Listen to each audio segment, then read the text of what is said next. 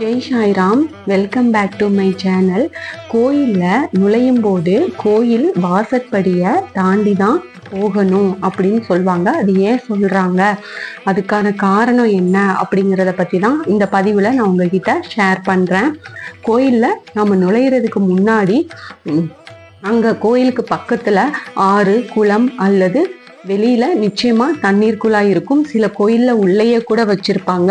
அதுல நம்ம பாதங்களை நல்லா அலம்பிட்டு தான் கோயிலுக்குள்ள நாம நுழைவோம். கை மற்றும் கால்களை கழுவிய பின்னர் சில துளிகள் தண்ணீரை எடுத்து நம்ம தலையில தெளிச்சு கொண்டு தான் போவோம்.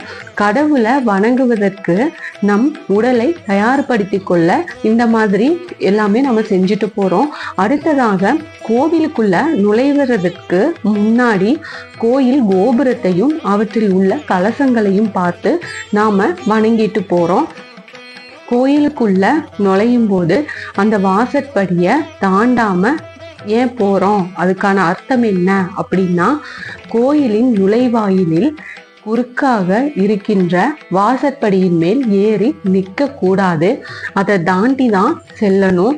அந்த படியை தாண்டி சென்றால்தான் நாள் கொண்டு வந்திருக்கும் பாவங்கள், எதிர்மறை எண்ணங்கள், மனதில் இருக்கும் கவலைகள், வினையான காரியங்கள், இப்படிப்பட்ட கெட்ட விஷயங்கள் எல்லாத்தையுமே இங்கேயே விட்டுட்டு கோயிலுக்குள்ள வெறும் சாதாரண மனிதனாக எந்த எண்ண ஓட்டங்களும் இல்லாமல் தெளிவான நீரோடை போலதான் நாம கோயிலுக்குள்ள போறோன்று அர்த்தம்.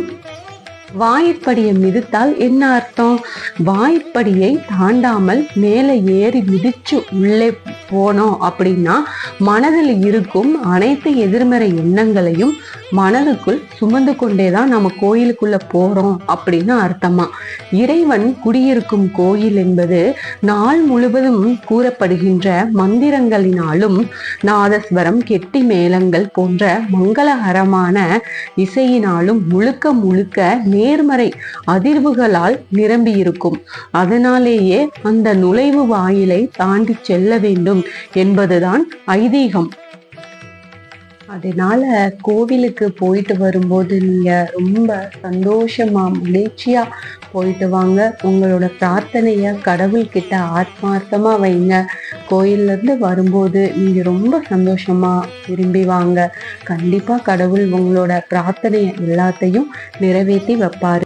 Thank you friends. தொடர்ந்து என்னோட சேனலுக்கு சப்போர்ட் பண்ணுங்க, லைக் பண்ணுங்க, ஷேர் பண்ணுங்க, கமெண்ட் பண்ணுங்க. நான் இது போன்ற ஆன்மீக பதிவுகள் எனக்கு தெரிஞ்ச எல்லாத்தையும் உங்ககிட்ட ஷேர் பண்ணுறேன். மறக்காம சப்ஸ்கிரைப் பண்ணுங்க, பெல் ஐக்கானை கிளிக் பண்ணுங்க. Thank you friends. மீண்டும் அடுத்த பதிவில் சந்திப்போம்.